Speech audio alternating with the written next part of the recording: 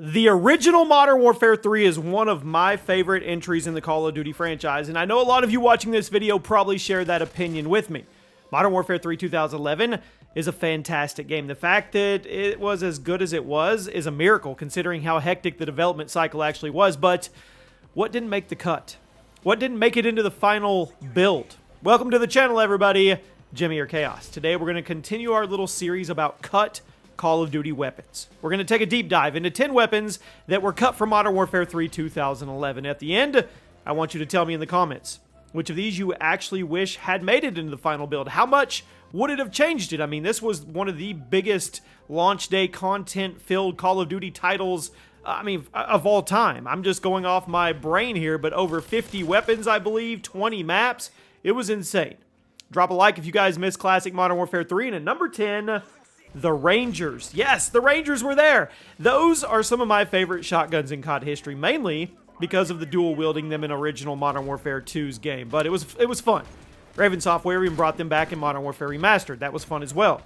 But the Rangers were originally going to appear in MW3 as well, but they were cut during development. Now, it's a little unclear how far they got into the development cycle, but a lot of unfinished assets remain in the game files, including a HUD icon and even some created class icons for them. Now, there's even a couple moments in the campaign where Soap can be seen with the Rangers on his back, but he never actually pulls them out and fires them.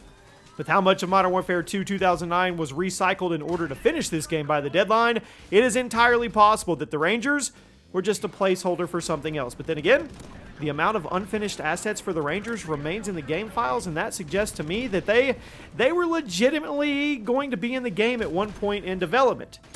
At number 9, the M240. Raise your hand if you don't remember this gun. It was one of the least popular guns in Modern Warfare 2. Yes, it was in the game, but it did have some good stats if you figured out how to use it properly. Originally, the M240 was going to return as one of the LMGs in MW3, which I think would have been a nice addition to the game, since the LMGs that we ended up getting in Modern Warfare 3, they were kind of underwhelming. The M240 actually showed up in pre-alpha footage of Modern Warfare 3, suggesting it made it pretty far in the development cycle. There were even some early promotional screenshots where you could clearly see people holding this weapon. And just to hammer it home, the M240 is used by the NPC juggernauts in the DLC Spec Ops Mission Special Delivery, but you can't pick it up after you kill them.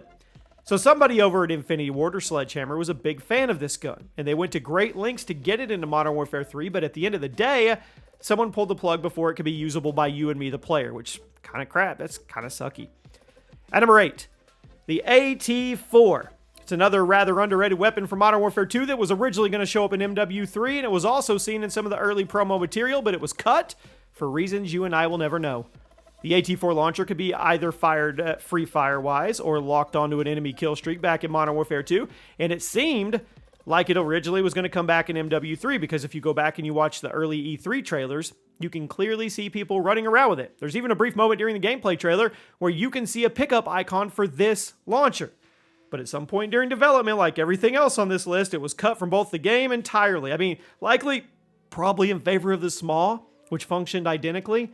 Ultimately, I think it's always a nice thing to have new weapons instead of just remaking the same weapons over and over again. But since the AT4 has never actually returned after the original Modern Warfare 2, I think it would have been nice to have it in at least one more Call of Duty title before disappearing from the franchise forever. It's crazy to think it's never been back. At number 7, the MK12 SPR. This one is interesting.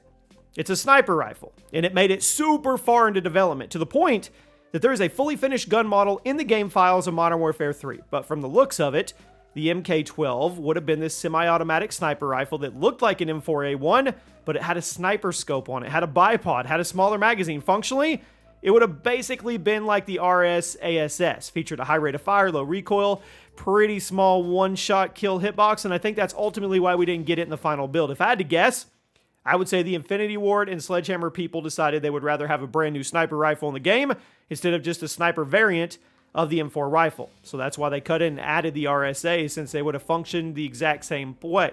Now, ultimately, the RSA ended up being one of the most toxic guns in COD history. So I'm going to let you guys decide, was it a good or bad decision now that you know what happened? I mean, I get it. New is always better, but it would have been cool to run around with a sniper rifle that looked like an M4A1. It's kind of cool. At number 6, The AK-74U. This one has always been fascinating to me because it was so close, and if you play Modern Warfare 3 through Plutonium on the PC, it's there. The AK-74U, of course, iconic submachine gun, one of the best guns in COD 4's multiplayer, so it made sense for it to return for the conclusion of the trilogy. I mean, Infinity Ward did everything they needed to do in order to get the AK playable in Modern Warfare 3 because it appears throughout the campaign. But for some reason, it's not in multiplayer unless you're playing a modded version like Plutonium. But even though the AK-74U is an NMP, there is a ton of game code suggesting it was planned to be in there. Has a create a class icon, has textures, has sound files, has more. In fact, the mods that put the AK-74U back in multiplayer really, they didn't have to do much. Infinity Ward made the campaign for Modern Warfare 3. Sledgehammer made the multiplayer. So at some point between those two teams, there was a disagreement over whether or not the AK-74U should be an MP, because even though all the assets are finished, and even though Infinity Ward clearly wanted it there, Sledgehammer never finished up the work to make it usable. So I'm going to ask you guys, do you think it was an issue thing? Do you think it was an issue of timing? Do you think Sledgehammer just didn't want it in there for whatever reason? You let me know. Now we arrive at the top 5. The M1014. This one's interesting. Now this shotgun appeared in both Call of Duty 4 and Modern Warfare 2, but it was never popular. Originally, it was going to come back in Modern Warfare 3 for the trifecta, be one of the few guns to appear in all 3 original Modern Warfare games, but it was cut. Obviously, it's on this list. It's not a huge loss with a gun like this that it didn't come back for a 3rd time, but it's interesting in the fact that quite a few unfinished assets remain in the game file. Several of them are actually copy-pasted from COD 4 instead of the updated Modern Warfare 2 version. Now, granted, Modern Warfare 2 also used a lot of COD 4 weapon assets for that gun too, but they did change some things. Looks like the Modern Warfare 3 version that appears in the game files is more or less just the COD 4 version unchanged. If you hack the game, you can actually spawn in with this gun. You can on certain survival maps and use it against NPCs. But it was cut from the final version of the game, and I would like to know the story why. I'd like to be a fly on the wall with these discussions. At number 4. The PP2000. Who remembers this machine pistol? Your starting machine pistol in Modern Warfare 2, and apparently there was plans to bring it back in MW3 as a full-fledged submachine gun, according to the unused game files. The PP is still in Modern Warfare 3, but it shares a bunch of traits with the PP90, which implies that at some point during development, the two guns switch places. So the PP2000 was going to be an SMG in Modern Warfare 3, but then someone hit a button and they replaced it with a brand new gun, and that brand new gun was the PP90, which I think was the right choice because it was an awesome gun. I always thought the PP2000 was underrated, so maybe it would have been nice to give it another chance to shine, but at the end of the day, that swap out was a good move, because otherwise we wouldn't have got the PP90, and it absolutely shreds. At number 3, the AUG H-Bar. The AUG is rapidly becoming one of the most reused guns in COD history, and was almost part of one more. It was an LMG that almost appeared in Modern Warfare 3, but it was cut in favor for the M60E4, which I think was not a good swap out because the M60, it was trash.